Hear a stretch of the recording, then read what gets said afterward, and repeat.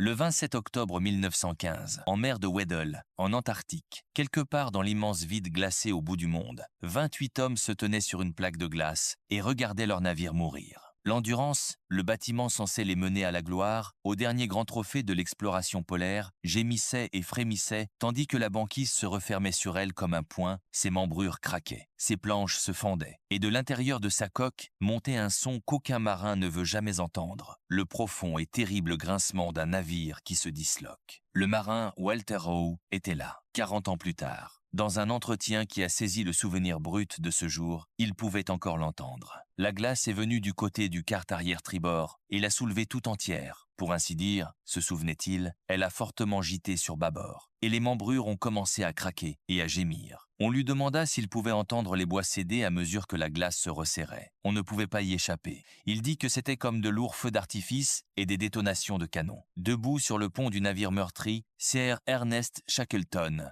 le patron, comme l'appelaient ses hommes, observa les dégâts. Il n'avait pas dormi depuis des jours. Il s'était à peine déshabillé, Andy, le second de l'expédition. Frank Wild nota plus tard que Shackleton avait dû traverser une terrible angoisse récemment. Bien qu'il soit si impénétrable que personne n'aurait pu déceler quoi que ce soit d'inhabituel dans son comportement, je sais de sources certaines qu'il ne s'est pas allongé une seule fois pendant 3 jours. Mais il n'y avait rien d'impénétrable dans l'ordre que Shackleton donna ce jour-là. Il envoya Wild en avant pour le transmettre. Frank Wild nous expliqua, se souvenait Howe, que c'était une question de partir. Ils abandonnèrent l'Endurance le 27 octobre. Cela faisait 10 mois que le navire était resté prisonnier des glaces, 10 mois d'attente, d'espoir et d'observation de l'étreinte de la banquise qui se resserrait. À présent, le navire était perdu et les 28 hommes de l'expédition transantarctique impériale se retrouvaient bloqués sur une plaque de glace dérivante à 1000 miles de toute civilisation, sans moyen de communication et sans espoir de secours. Le charpentier Harry McNish l'a consigné simplement dans son journal. Il y eut des moments où nous avons vu que c'était impossible. Le navire ne pourrait pas le supporter. Chacun a rassemblé ses vêtements en un paquet aussi petit que possible.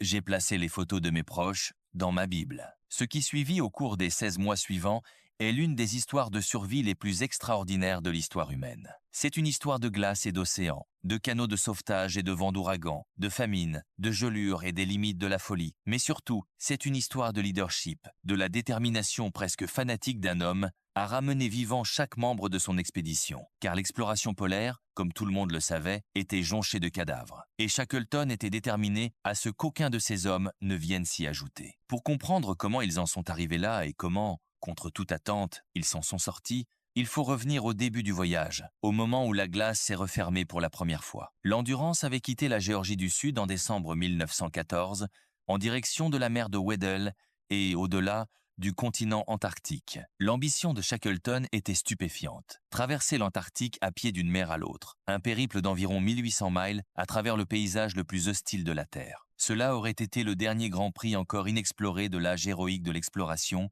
mais la glace en décida autrement. Quelques semaines après être entré dans la mer de Weddell, la banquise commença à se refermer autour du navire. En janvier 1915, l'Endurance était complètement prise dans les glaces, immobilisée, incapable d'avancer ou de reculer. Elle dérivait avec la banquise, impuissante. À la merci de courants et de vents, personne ne pouvait prévoir ni contrôler. Pour Shackleton, cet emprisonnement fut un coup dévastateur. Mais si ces hommes voyaient du désespoir, lui ne le montra jamais. Au contraire, il transforma le navire pris dans les glaces en une communauté fonctionnelle. Il fut convoqué dans sa cabine un par un et on lui annonça la nouvelle. Puis il fit quelque chose de remarquable. Il rétrograda tout le monde, officiers et scientifiques, marins et chauffeurs, tous, y compris le chef lui-même, travailleraient ensemble sur un pied d'égalité. Walter Howe s'en souvenait bien. Tout le monde mit la main à la pâte.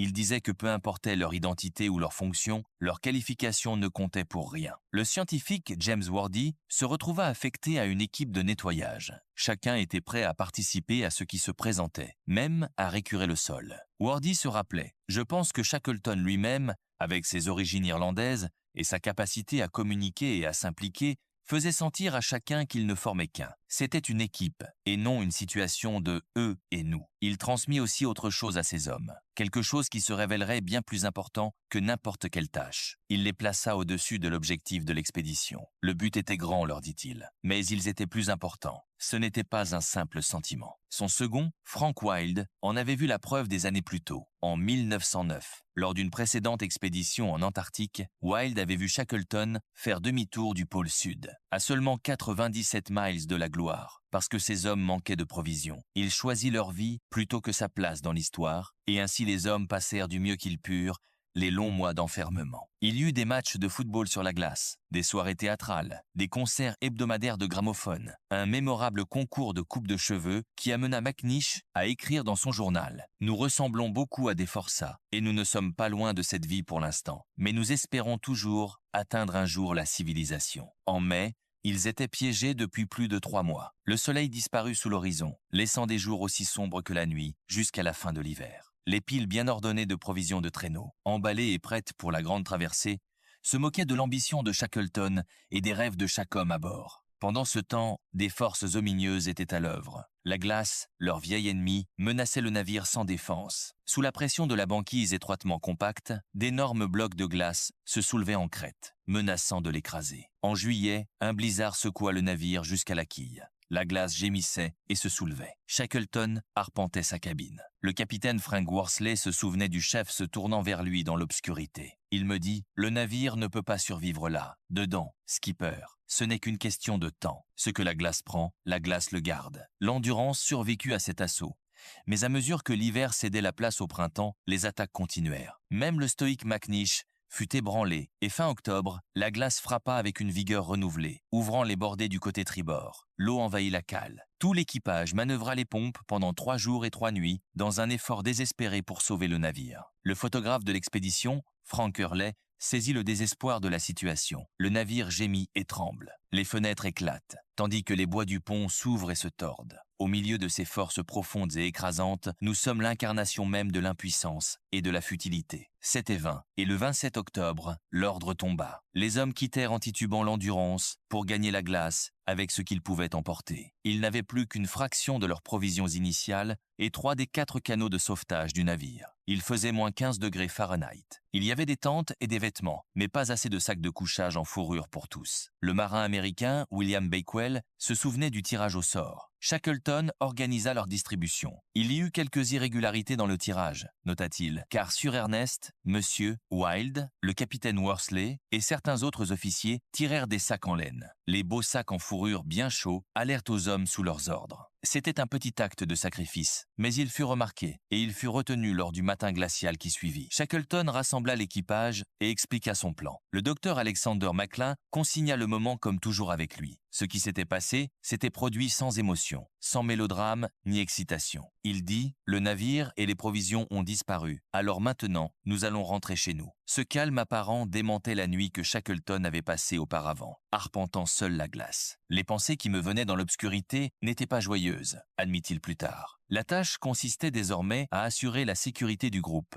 et pour cela, je devais mobiliser tout le savoir que mon expérience de l'Antarctique m'avait apporté. Rien ne peut écraser un homme comme de voir ses rêves se réduire en poussière. Mais comme l'observa plus tard un historien, si un objectif avait disparu, Shackleton en trouva un autre. S'il ne pouvait pas traverser le continent, il ramènerait tous ces hommes vivants. Ainsi, la grande ambition d'exploration fut remplacée par quelque chose de plus primitif, de plus urgent et, au fond, de plus noble. Ce désir presque fanatique de sauver chaque vie devint la force motrice. C'était la seule chose qui lui importait. Ce passage de l'objectif d'accomplir ce que l'on s'était fixé à celui de se tirer de la défaite est une épreuve qui a brisé bien des hommes. Elle ne brisa pas Shackleton. Son premier réflexe fut de marcher vers la terre la plus proche, à quelques 350 miles à l'ouest. Les hommes furent autorisés à emporter 2 livres d'effets personnels chacun, à quelques exceptions près. Léonard Husset fut autorisé à garder son banjo, que Shackleton appelait un remède mental vital. Il ne pouvait y avoir de poids superflu, ni de bouche supplémentaire à nourrir. Sur les ordres de Shackleton, 3 chiots et Mrs. Chippy, le chat du navire, furent abattus. C'était une sombre nécessité qui hantait certains hommes pour le reste de leur vie. Je suis convaincu que tenter une marche est la bonne chose à faire. Shackleton écrivit « Si nous pouvons faire 5 ou 7 miles par jour, nos chances d'atteindre la sécurité seront grandement accrues. Il sera bien mieux pour les hommes de sentir qu'ils sont en route vers la Terre que de rester assis à attendre. » Mais après 3 jours d'efforts acharnés, tirant des canots de sauvetage chargés pesant plus d'1 tonne chacun à travers des crêtes de pression et une neige jusqu'aux genoux, ils étaient toujours à portée de vue du navire. La marche vers la Terre s'était révélée vaine. Il n'y avait rien d'autre à faire que de s'arrêter, installer le camp et attendre. Mais alors même que le navire agonisait, il restait du travail à accomplir. Les hommes fouillèrent ses ponts brisés, récupérant ce qu'ils pouvaient et le ramenant au camp. Frank Hurley, le photographe de l'expédition, mena une opération de sauvetage d'une détermination extraordinaire. Il tailla à travers les épaisses parois du réfrigérateur du navire pour récupérer les négatifs photographiques stockés à l'intérieur. Il se trouvait sous plus d'1 mètre de glace détrempée. Il écrivit « En me déshabillant jusqu'à la taille et en plongeant dessous, je les ai sortis ensemble. » Lui et Shackleton sélectionnèrent 120 négatifs et les scellèrent dans des boîtes métalliques. Les 400 restants, Shackleton demanda à Hurley de les détruire afin qu'il ne soit pas tenté de retourner les chercher. Plus tard, Hurley ne conserva qu'un seul appareil Kodak de poche et 3 rouleaux de film. C'était tout ce qui survivrait pour raconter l'histoire visuelle de l'Endurance. Le 21 novembre, le navire brisé sombra définitivement sous la glace. Shackleton le consigna avec une simplicité dévastatrice. À 17 h, elle a coulé. Je ne peux pas en écrire davantage maintenant. Il ne restait rien de l'Endurance et de son long combat. Sinon, ces images sauvées et le souvenir de ce qui aurait pu être. Le petit-fils de l'un des membres de l'équipage décrivit plus tard le sentiment qui s'empara des hommes une fois le navire disparu. Mon grand-père ne se sentait pas à l'aise sur la glace. C'était nouveau. Il avait vu la neige étant enfant, mais n'avait jamais posé le pied sur un iceberg comme celui-là. C'était donc une toute autre affaire, pour ainsi dire. Et dans leur esprit, comme pour tout être humain, la question était « Allons-nous nous en sortir vivants ?» La dérive de la banquise avait déjà emporté les hommes sur 1300 miles depuis qu'ils avaient été pris au piège. Ils espéraient maintenant que la même dérive les mènerait jusqu'à la Terre. Sinon, ils étaient condamnés à la haute mer. Hurley a saisi la nature surréaliste de leur situation. Il est même inconcevable pour nous que nous vivions sur un gigantesque radeau de glace, avec à peine 1,50 m d'eau gelée nous séparant de 2000 brasses d'océan, dérivant au gré des caprices du vent et des marées vers un lieu que Dieu seul connaît. Des pièces de bois du navire furent utilisées pour construire un nouvel abri, le camp de l'océan. La timonerie devint la cuisine. Hurley transforma ingénieusement une partie de la chaudière du navire en un poêle alimenté par de la peau de manchot et de la graisse de phoque. Une routine quotidienne fut établie. La chasse aux manchots et aux phoques devint l'activité principale. Chacun savait qu'un sauvetage était impossible. Il parvenait à rester en vie. Mais dans quel but? Comme l'a dit plus tard un observateur, le véritable ennemi de Shackleton n'a jamais été la glace. Son ennemi, c'était ses propres hommes, leur morale. C'était l'adversaire qu'il devait affronter chaque jour. La glace n'était rien. L'observateur expliqua « N'importe qui peut affronter la glace, mais affronter l'esprit humain, c'est très difficile. » Et cet esprit était mis à l'épreuve comme jamais auparavant. Ils passèrent des moments misérables sur la glace, mais à chaque instant, Shackleton trouvait des moyens de maintenir la flamme. Les hommes en parleraient plus tard en des termes presque mystiques, comme d'une force de caractère, d'une flamme qui brûlait en lui et qui imposait la loyauté, même contre leur propre jugement. 1 mois après avoir abandonné le navire, une crise de sciatique cloua Shackleton dans sa tente pendant 2 semaines. Lorsqu'il en sortit après cet isolement forcé, il prit la décision surprenante de tenter une seconde marche vers la Terre. Dans ses mémoires, il affirma qu'un frisson d'agréable anticipation parcourut le camp à cette annonce, mais rien n'était plus éloigné de la vérité. Une fois encore, les hommes traînèrent les canots de sauvetage chargés, se frayant un chemin à travers les crêtes de pression, pataugeant dans la neige jusqu'aux genoux. Et au 4e jour, Harry McNish planta les talons. Le charpentier avait auparavant proposé de construire un sloop à partir de l'épave de l'Endurance. Shackleton avait rejeté le plan. Désormais, McNish se rebella ouvertement et refusa de continuer à obéir aux ordres, affirmant que cette obligation avait pris fin avec l'abandon du navire. Le petit-fils de McNish expliqua plus tard le caractère de l'homme. Chippy était un homme qui n'aimait pas qu'on lui dise quoi faire. Peu importait qui vous étiez. Si ça ne lui plaisait pas, Chippy vous le disait. L'autorité ne signifiait rien pour lui. Mais aux portes de la survie, un chef ne peut tolérer la moindre menace contre son autorité. Et Shackleton était en réalité prêt à abattre le charpentier si nécessaire. Il aurait été justifié, car un danger latent se cachait là. McNish ne faisait qu'exprimer l'opinion de 2 ou 3 autres membres de l'équipage. Si cette rébellion n'avait pas été écrasée immédiatement, tout le groupe aurait pu se désagréger. Shackleton rassembla les hommes et lut les articles du bord, affirmant avec emphase son commandement. Malgré la perte du navire, il annonça que tous continueraient à être payés jusqu'à leur arrivée au port. McNish céda. La mutinerie fut évitée, mais 2 jours plus tard, Shackleton fut contraint de reconnaître sa propre erreur. La marche ne menait nulle part. Il donna l'ordre de s'arrêter. Dans son journal, ce soir-là, il écrivit « Je me suis couché, mais je n'ai pas pu dormir. Je suis inquiet. Tous travaillent bien, sauf le charpentier. Je ne l'oublierai jamais. » En cette période de tension et d'épreuve, Shackleton avait étouffé la rébellion, mais il ne pouvait dissiper tous les doutes. Une semaine d'efforts harassants avait laissé ses hommes dans une situation pire qu'auparavant. Du matériel précieux avait été abandonné. La vie dans leur nouvelle base, Patience Camp, serait bien plus difficile. Des questions se posaient sur le jugement du patron. Les réserves de nourriture diminuaient. Mais Shackleton avait imposé des limites strictes à la quantité de viande de manchots et de phoques pouvant être stockée, insistant sur le fait qu'il les sortirait de la glace avant le retour de l'hiver. Lionel Greenstreet, premier officier du navire, remettait ouvertement en cause la philosophie du patron, son optimisme sublime du début à la fin. À mon sens, c'est de la folie pure. Greenstreet disait que tout allait s'arranger, et on ne tenait aucun compte de la possibilité que les choses tournent autrement. Et nous voilà. La réplique de Shackleton fut caractéristiquement brutale. « Tu es un sacré pessimiste. » Wild, pour une fois, exprima les craintes de beaucoup. Il fallait constituer des réserves de nourriture. Il soutenait qu'ils avaient besoin de provisions, tout comme une armée a besoin de munitions.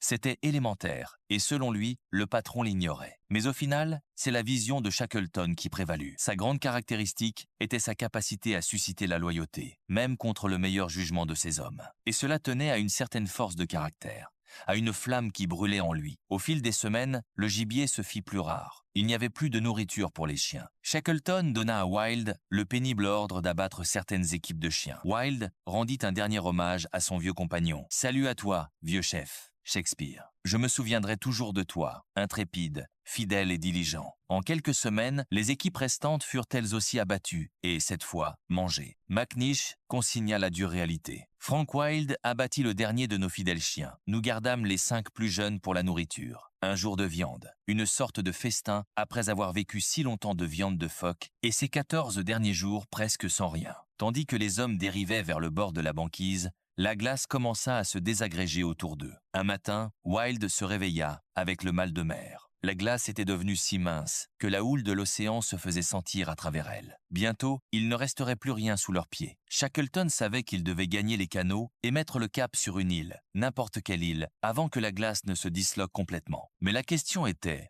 où allait-il aller? Le capitaine Worsley avait préparé une collection intrigante de silhouettes d'îles à emporter avec lui afin que, lorsqu'ils apercevraient la Terre, ils puissent identifier ce qu'ils voyaient. Car sinon, comment seraient-ils où ils se trouvaient? Aussi ingénieux que fut le procédé, il restait primitif. Ils s'engageaient dans un voyage en canot depuis la glace, sans savoir où ils aboutiraient. Plusieurs atterrissages étaient possibles. Les plus proches étaient les îles Clarence et Éléphant, à quelques 100 000 au nord. L'île Déception, à plus de 150 000 à l'ouest, était connue pour avoir des réserves destinées aux marins naufragés. Shackleton choisit l'île Déception. Leurs 3 petits canots de sauvetage transporteraient les 28 hommes pour un voyage dont personne ne savait combien de temps il durerait. Le marin américain William Bakewell se souvint de ce jour marquant du départ. Notre premier jour sur l'eau fut l'un des plus froids et des plus dangereux de l'expédition. La glace se déchaînait. Ce fut une lutte acharnée pour maintenir nos canots dans les chenaux libres. Nous avons échappé de justesse à être écrasés à de nombreuses reprises lorsque les masses plus importantes de la banquise se rejoignaient durant les premiers jours. Chaque soir, ils allaient leurs embarcations hors de l'eau pour dormir sur la glace dérivante. Sans caméra de cinéma et avec peu de pellicules à disposition, il revint à l'artiste de l'expédition, George Marston, de consigner leur camp précaire en croquis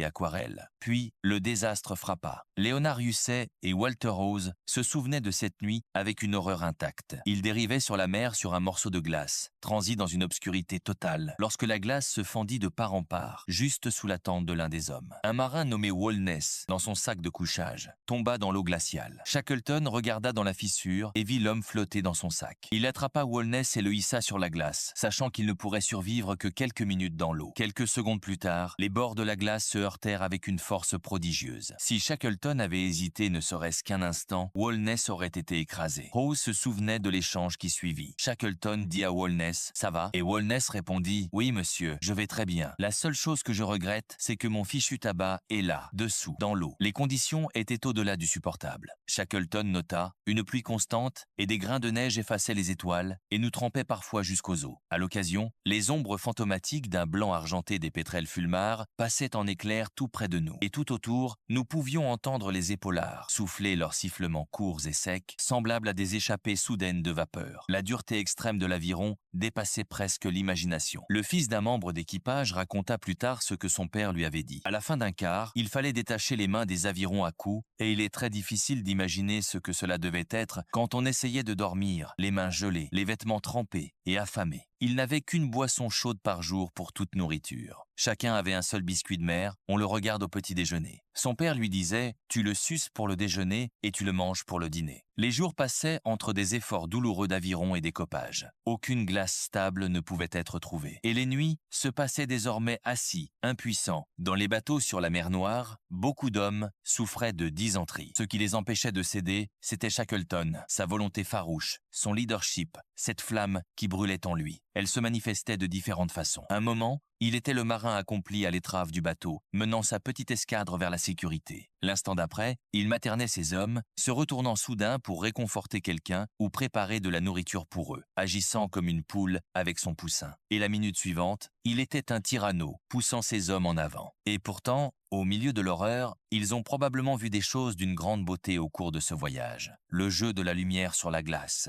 l'immensité du ciel. L'Antarctique se moque que vous soyez en train de mourir, il continue simplement d'être magnifique. Ils attachèrent les 3 bateaux ensemble la nuit à cause du mauvais temps. Pendant une longue obscurité, des baleines firent surface autour d'eux, soufflant. Si elles étaient passées par-dessus l'une de nos haussières, se souvient Bakewell, les 3 bateaux auraient certainement disparu, et nous avec. Le timonier tint les barres de gouvernail tout du long, et lorsque Worsley fut relevé de son quart, il dut être hissé hors du canot et lentement redressé depuis une position recroquevillée, comme un couteau de poche. Son corps, figé par le froid et l'épuisement, était submergé de misère et de peur. Certains des hommes craquèrent alors et se mirent à pleurer. Shackleton comprit qu'il devait atteindre la terre à tout prix. Changeant de cap, ils mirent le cap sur l'île de l'Éléphant le soir du 6e jour. Une tempête descendit du nord-ouest. L'un des canots de sauvetage, envahi par l'eau, était en danger de couler. Un membre d'équipage, qui jusque-là avait dédaigné de ramer, se montra à la hauteur et écopa toute la nuit pour sauver la vie de ses compagnons. Son petit-fils expliqua plus tard la psychologie. Ramer, ce n'est pas la possibilité d'accomplir un exploit. Tout le monde est au même aviron. Mais écoper, sauver la vie de tous. Bon sang, voilà un rôle tout trouvé, car chacun saurait qu'il avait passé la nuit à les sauver. Alors, messieurs, ne rament pas, mais, parbleu, ils font tout ce qu'il faut pour sauver des vies. À l'aube du 7e jour, Shackleton nota. Le temps était très couvert le matin. À 7 heures, nous étions juste sous les falaises, qui plongeaient à pic dans la mer, avant même de les avoir vues, l'île de l'Éléphant. Les hommes avaient passé 7 jours sinistres en mer, et plus de 5 mois sur la glace dérivante. Cela faisait 1 an et 4 mois qu'ils n'avaient pas touché terre. Les doigts gelés, Hurley consigna le débarquement. Beaucoup des hommes étaient amaigris par l'épuisement, la fatigue et l'exposition, écrivit-il. Beaucoup souffraient de troubles passagers, d'autres tremblaient, comme atteints de paralysie. Les hommes titubaient le long de la plage comme des ivrognes. Certains enfouissaient leur visage dans les pierres. Macklin se souvint d'un comportement encore plus glaçant. Certains hommes étaient à moitié fous. L'un d'eux prit une hache et ne s'arrêta pas avant d'avoir tué une dizaine de phoques. Shackleton ordonna de préparer de la nourriture. C'était le premier repas chaud depuis 3 jours. Wild décrivit la première nuit à terre. Les tentes furent dressées à la hâte. Tous se couchèrent et s'endormirent presque instantanément d'un profond sommeil. Quel bonheur de s'éveiller à moitié dans son sommeil et d'écouter les croassements des manchots mêlés au bruit de la mer, se rendormir, puis se réveiller encore et sentir que tout cela est réel.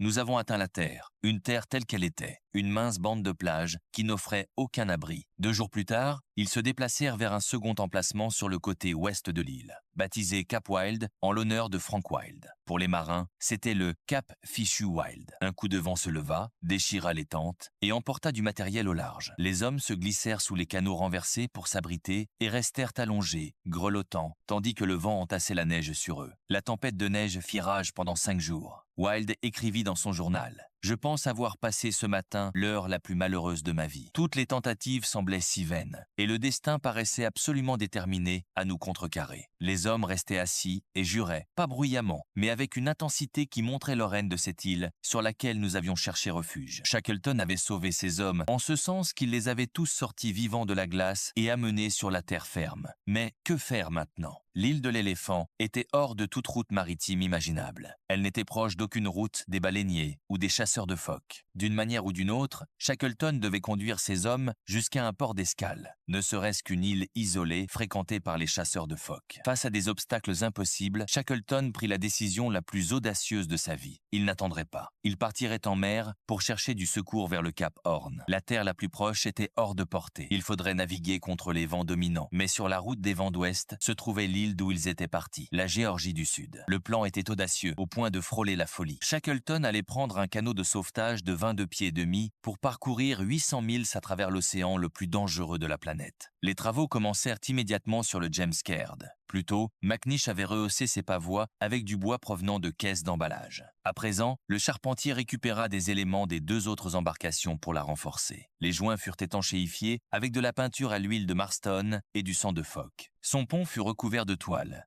C'était un chef-d'œuvre d'improvisation et une réhabilitation de l'homme qui avait un jour osé se mutiner. Car McNish n'était pas seulement un bon charpentier de bord. Il avait quelque chose en plus, une veine d'ingéniosité, une véritable capacité à improviser, à faire quelque chose à partir de rien. Et voilà le paradoxe. Ce mutin s'était racheté. Shackleton choisit les marins les plus forts et les plus aguerris pour le voyage. McNish nota sa propre inclusion, avec une fierté indéniable. Rejoint par Tom Crean et Tim McCarthy, 2 marins irlandais et piliers de l'expédition jusqu'à l'île de l'Éléphant, le Bosco rétrogradé John Vincent, lui aussi réhabilité par Shackleton, fut choisi pour sa force et son habileté, fruit d'années passées sur des chalutiers de pêche dans les conditions brutales de l'Atlantique Nord. Le capitaine Worsley, qui avait navigué les embarcations jusqu'à l'île de l'Éléphant, devrait désormais trouver un minuscule point de terre dans un océan sans limite, en longeant le rivage. Il vérifia et revérifia le chronomètre qui serait crucial pour leur survie. Frank Wilde, le bras droit de Shackleton, resterait en arrière pour diriger les 20 et un homme laissé sur l'île de l'Éléphant. C'était une mission peu enviable. S'occuper de 20 et un homme démoralisé, partiellement invalide, sur une île déserte balayée par les vents. Le 22 avril 1916, McNish acheva son travail. Le temps se dégagea. Le Caird fut chargé de 2 tonnes de laisse de pierre pour assurer sa stabilité face aux vagues gigantesques. De l'eau douce, laborieusement obtenue en faisant fondre de la glace au-dessus d'une flamme de graisse, fut stockée dans des barils. Ils emportèrent des vivres pour 4 semaines. Au-delà, ils savaient qu'ils ne pourraient pas survivre. Debout sur la plage, Hurley captura l'instant du départ, tandis que les hommes restés derrière encourageaient courageusement le Caird sur sa route. Worsley, depuis le pont du petit bateau, regarda en arrière. Les hommes à terre formaient un groupe pitoyable. Tant qu'ils pensaient que nous pouvions les voir, ils conservaient une apparence remarquable d'optimisme et de vigueur. L'île de l'Éléphant s'éloigna à l'horizon, tandis que le Caird partait par une rare journée de soleil et de mer calme. Cela ne durerait pas. Dès le 2e jour, le temps devint mauvais et l'eau commença à envahir le bateau. Worsley se souvenait, meurtri et trempé, sans jamais un intervalle assez long pour que nos corps réchauffent nos vêtements fumants. Nos pieds et nos jambes avaient enflé et commençaient à être superficiellement gelés, la température descendant parfois presque jusqu'à 0. McNish seul tenta de tenir un journal de bord, mais au 9e jour, il y mit brusquement fin. Il n'y avait plus rien à dire. Il travaillait sans relâche par quart de 4 heures. 3 hommes tentaient de dormir sur le lest rocheux en dessous, tandis que 3 autres veillaient au-dessus, écopant, pompant, réglant les voiles, luttant pour maintenir le Caird à flot. Plus tard, un descendant de l'un des membres d'équipage tenta de rendre compte de l'ampleur de ce qu'ils avaient affronté ici, dans un canot de 22 pieds. La hauteur des vagues était absolument stupéfiante. Il y avait des vagues incroyables, et certaines que l'on qualifierait aujourd'hui de non négociables, où l'on montait jusqu'au sommet sans même être sûr de passer. Puis, on glissait en arrière. Ce fut un voyage extraordinaire. En fin de compte, tout dépendait de Worsley. Il avait appris à naviguer dans les fortes houles du Pacifique Sud, mais rien ne pouvait se comparer aux défis qui l'attendaient. Pour déterminer la position du Caird, il devait lire la relation du soleil avec l'horizon. Mais le soleil apparaissait rarement dans le ciel couvert, et l'horizon était presque impossible à discerner derrière les vagues. Même pour tenter une mesure au sextant, il devait être soutenu par des hommes de chaque côté, tandis que le bateau tanguait et roulait. La marge d'erreur était terrifiante. Chaque degré de mauvaise estimation signifiait 60 milles de latitude. Il ne disposait que d'environ 10 milles de marge sur 800 milles d'océan. S'il manquait la Géorgie du Sud, il continuerait à naviguer dans le vide de l'Atlantique Sud jusqu'à en mourir. Sur 800 milles de navigation tempétueuse, Worsley ne put effectuer que 4 observations. Pour le reste du voyage, il navigua à l'estime, évaluant instinctivement vitesse et direction comme un marin expérimenté. Il appelait cela de joyeuses conjectures. Le 10 jours, Worsley estima qu'ils étaient un peu plus qu'à mi-chemin. 2 des hommes étaient très proches de la mort. Il se souvenait que Shackleton gardait un doigt sur le pouls de chacun. Chaque fois qu'il remarquait qu'un homme semblait particulièrement transi et frissonnait, il ordonnait aussitôt qu'on prépare une boisson chaude pour tous. Il ne laissait jamais l'homme savoir que c'était pour lui. La lèvre supérieure de Vincent fut arrachée par une tasse en métal gelé. Les hommes étaient dans un état désespéré. Le fils d'un membre de l'équipage raconta plus tard « Les oreilles de mon père. Ses 2 oreilles avaient été gelées. Elles étaient comme des os. » Puis, le soir du 7 mai, le 14e jour en mer, un morceau de varech dériva près d'eux. La terre était proche. Worsley se souvint de ce moment. Nous nous sommes regardés avec des sourires joyeux et stupides. La pensée dominante était « Nous avons réussi », mais la terre en vue apporta de nouvelles épreuves. Le vent les poussa dangereusement près des falaises de l'île. Bientôt, il redoubla jusqu'à la force d'un ouragan, s'abattant sur eux depuis un ciel qui s'assombrissait. C'est là que Worsley montra toute sa valeur. Il comprenait le fonctionnement d'un voilier, et il accomplit ce qu'on ne peut appeler qu'un miracle. S'arrachant à la côte et remontant le vent avec un baleinier à fond arrondi qui n'avait jamais été conçu pour naviguer contre lui. L'ouragan fit rage pendant 9 heures. Puis le vent tourna, les emportant loin de la destruction. Shackleton nota simplement « Je montais la garde au large, presque jusqu'à l'apathie. » Le soir du 10 mai, au 17e jour en mer, le James Caird entra à l'entrée de la baie de King Haakon dans l'obscurité grandissante. Le canot se laissa porter par une houle, toucha la plage. Un petit ruisseau coulait à proximité, et les hommes tombèrent à genoux et burent. L'un des plus grands voyages en canot de l'histoire maritime moderne avait pris fin. Au-dessus d'eux, la colline était verte de touffes d'herbe, la première végétation qu'ils voyaient depuis 17 mois. McNish grimpa la colline et s'allongea sur l'herbe. « Cela m'a rappelé le bon vieux temps à la maison », écrivit-il assis sur le flanc de la colline, regardant la mer. Soudain, le retour, le sauvetage semblait possible. Il n'y avait qu'un problème. Les stations baleinières se trouvaient de l'autre côté de l'île. Ni l'équipage, ni le bateau n'étaient en état d'entreprendre une nouvelle traversée. Il faudrait traverser l'île à pied. C'était un terrible revers. La plupart des hommes, dans ces circonstances, auraient pu s'effondrer moralement et ne pas survivre. Mais Shackleton le prit avec son flegme habituel. Il donna l'impression que tout finirait par s'arranger. Leur unique carte ne montrait que le littoral de l'île. L'intérieur était inconnu, glacé, hostile, en proie à des blizzards soudains et à des vents de force ouragan. Les baleiniers qui travaillaient sur ces côtes considéraient l'intérieur comme impénétrable. Le chaos de pics et de glaciers n'avait jamais été traversé.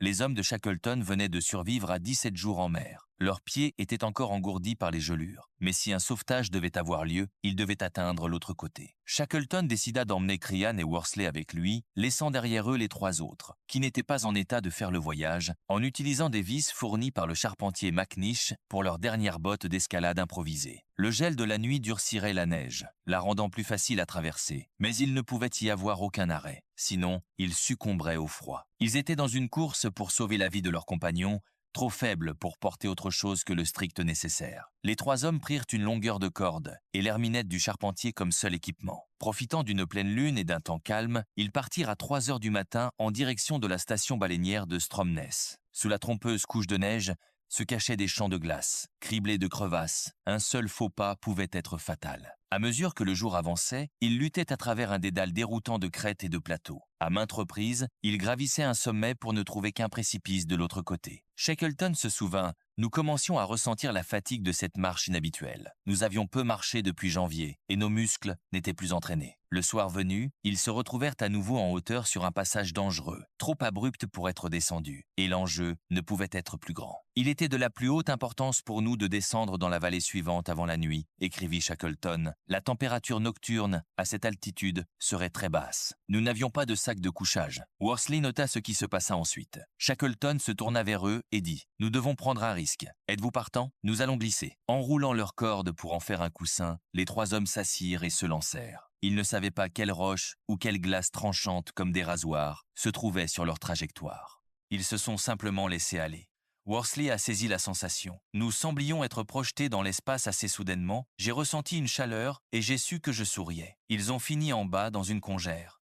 Ils se sont relevés et se sont solennellement serrés la main. Toute la nuit, et jusque tôt le matin, ils ont continué leur marche. Shackleton écrivit qu'à 5 heures du matin, nous étions au pied des contreforts rocheux de la chaîne. Nous étions fatigués et le vent qui descendait des hauteurs nous glaçait. Je pensais que nous pourrions nous réchauffer et nous reposer. En quelques minutes, ces deux compagnons s'étaient endormis. Je compris que ce serait désastreux si nous nous endormions tous ensemble. Il se rappela que le sommeil, dans de telles conditions, se confond avec la mort. Après 5 minutes, je les ai secoués pour les réveiller, leur ai dit qu'ils avaient dormi une demi-heure et ai donné le signal de repartir. À 6h30 du matin, ils avaient gravi une crête qui dominait un site familier d'1 an et demi auparavant. La baie Fortuna, Stromness, était juste au coin. À 3h de l'après-midi, le 20 mai, Shackleton, Worsley et Crean titubèrent jusqu'à la station de Stromness. Ils marchaient depuis 36 heures d'affilée. À la maison de Thoralf Searle, le directeur de la station, ils frappèrent à la porte. « Qui diable êtes-vous » aurait demandé Searle. « Je m'appelle Shackleton » répondit-il. Le directeur ne put les reconnaître. Ils étaient sales, émaciés, couverts de suie, encrassés pour avoir vécu si longtemps au-dessus de poêles à graisse. Leurs vêtements étaient sales, leurs cheveux n'étaient pas coupés. Ils ressemblaient à des hommes revenus d'entre les morts. Cette nuit-là, le temps changea. Allongé dans un lit de la maison du directeur, Shackleton écoutait la neige fouetter la fenêtre. S'ils avaient été pris dans ce blizzard, rien n'aurait pu les sauver. Des années plus tard, Shackleton donna un récit mystique de la traversée de la Géorgie du Sud. Je sais que, durant cette longue et éprouvante marche de 36 heures à travers les montagnes et glaciers sans nom de la Géorgie du Sud, il me semblait souvent que nous étions 4, et non 3. Il écrivait « Je n'en dis rien à mes compagnons sur le moment, mais ensuite Worsley me dit « Patron, j'ai eu l'étrange impression, en marche, qu'il y avait une autre personne avec nous, un 4e homme. Il devait être profondément religieux. Au cœur de tout cela, quelque chose de plus grand qu'eux les avait portés. 3 jours après leur arrivée à Stromness, Shackleton, Worsley et Crean partirent pour l'île de l'Éléphant à bord d'un navire emprunté. Leurs 3 compagnons restés dans la baie du roi Haakon furent récupérés et ramenés chez eux. Mais à 60 miles de l'île de l'Éléphant, le navire de secours fut stoppé par leur vieil ennemi, la glace. Il n'y avait rien à faire sinon rebrousser chemin. Au cours des 4 mois suivants, Shackleton tenta de plus en plus frénétiquement de rejoindre ses hommes. 4 fois, il partit, 4 fois. La glace le repoussa. Enfin, fin août, le gouvernement chilien lui prêta un petit remorqueur, appelé le Yelcho. Shackleton, Worsley et Crean embarquèrent pour leur 4e tentative de sauvetage vers l'île de l'Éléphant. L'équipe à secourir avait alors au moins 10 semaines de retard sur le calendrier prévu. Dans son journal, Wild écrivit « Le 26 août 1916 ». Encore une journée misérable, très morne et épuisante. Le peu de viande de phoque qu'il nous reste est avarié, car nous l'avons tant trié qu'il n'en reste que les morceaux les plus décomposés. Les 22 hommes avaient passé un hiver sans soleil, vivant dans une petite cabane faite à partir des bateaux retournés. Léonard Husset, dans une interview des années plus tard, décrivit l'épreuve. « Nous étions 22 à vivre dans une minuscule cabane sombre. Le temps était absolument épouvantable. Blizzard et tempête de neige presque en permanence. La grande difficulté, bien sûr, c'était le manque d'eau. Il y avait de l'eau gelée partout, mais on ne peut pas sucer de la glace à ces températures. Si on le fait, cela brûle les lèvres et la langue, comme si l'on suçait un morceau de fer chauffé à blanc. Ainsi, nous emportions la nuit quelques morceaux de glace dans nos sacs de couchage, dans une vieille boîte à tabac. Et si l'on restait parfaitement immobile toute la nuit, quelques-uns de ces morceaux fondaient, et l'on avait environ 1 cuillère à café d'eau pour le petit déjeuner le matin. Bien sûr, la nourriture manquait cruellement. Husset continua. Nous avions très peu de choses, à part un peu de phoque et de manchots, quand nous pouvions en attraper. Et Marston, qui était avec nous, avait un petit livre de cuisine bon marché dont il lisait une recette chaque soir. Nous restions tous allongés très tranquillement et très solennellement, proposant à tour de rôle des améliorations et des modifications. Puis, lorsque le dernier avait fini, nous nous endormions en rêvant des secondes portions que nous avions refusées lorsque nous étions chez nous. Et Husset ajouta quelque chose qui révélait la véritable profondeur de leur désespoir quand nous avions mangé nos rations et les phoques et manchots que nous pouvions obtenir. Alors, sans aucune animosité, nous nous regardions les uns les autres chaque jour. Wild tirait la compagnie de leur sac avec le cri « Debout et pliez bagages ». Les gars, le patron peut arriver aujourd'hui. Mais à la fin août, même Wild avait perdu l'espoir que Shackleton revienne. Des plans étaient en cours pour envoyer l'un des bateaux restants dans un voyage désespéré vers les îles Shetland du Sud, à quelques 250 milles de là. C'était, comme l'a noté un homme, une entreprise considérable. Le 30 août 1916, les hommes étaient rassemblés dans leur abri pour un déjeuner de colonne vertébrale de phoques bouillis. Marston et Hurley restaient dehors à décortiquer, des patelles ramassées dans les eaux peu profondes. Soudain, Marston passa la tête à l'intérieur de la cabane. Macklin se souvint de ce qui se passa ensuite. Marston fit irruption en demandant s'il ne serait pas judicieux d'envoyer de la fumée. Wild demanda ce qui se passait et Marston répondit avec les mots magiques. Un navire, depuis le pont de l'Elcho Shackleton, scruta le cap Wild aux jumelles, comptant les silhouettes qui se déversaient hors de la cabane et sur la plage. Worsley se rappela 257, puis un cri d'exultation. « Ils sont tous là, Skipper. Ils sont tous sains et saufs. » Crone les rejoignit, et tous étaient incapables de parler. Tout l'équipage était sain et sauf. Pas une seule vie n'avait été perdue. Un accueil extatique salua Shackleton à Punta Arenas. Bien que l'Allemagne fût en guerre avec la Grande-Bretagne, la communauté allemande hissa des drapeaux de célébration. L'équipage de l'Endurance revint dans une nation qui ressemblait peu à celle qu'ils avaient quittée 2 ans plus tôt. Lorsque Shackleton et ses hommes avaient quitté l'Angleterre, la Grande Guerre venait de commencer. Et leurs esprits étaient encore dans l'Angleterre édouardienne. Mais lorsqu'ils revinrent à la civilisation, ils entrèrent dans le monde moderne, et la guerre, comme ils allaient le découvrir, dépassait leur compréhension. L'effroyable carnage sur les champs de bataille d'Europe avait rendu les héros ordinaires, et Shackleton, qui avait ramené tous ces hommes vivants, était le mauvais type de héros pour un pays qui en voulait des morts. La Grande-Bretagne avait déjà assez de héros morts. Elle ne savait pas quoi faire d'un héros vivant. Certains membres de l'équipage confièrent plus tard qu'ils se sentaient presque coupables, comme si avoir évité 2 années de guerre, tandis que d'autres mouraient dans les tranchées, les rapprochait de la lâcheté. Ils avaient eu la chance d'être en vie, et ils le savaient. La plupart des hommes entrèrent en guerre à leur retour. Frank Hurley partit photographier les combats dans les tranchées. Tim McCarthy, le joyeux marin irlandais qui avait survécu au James Caird, fut tué en mer seulement 6 semaines après s'être engagé. McNish émigra en Nouvelle-Zélande,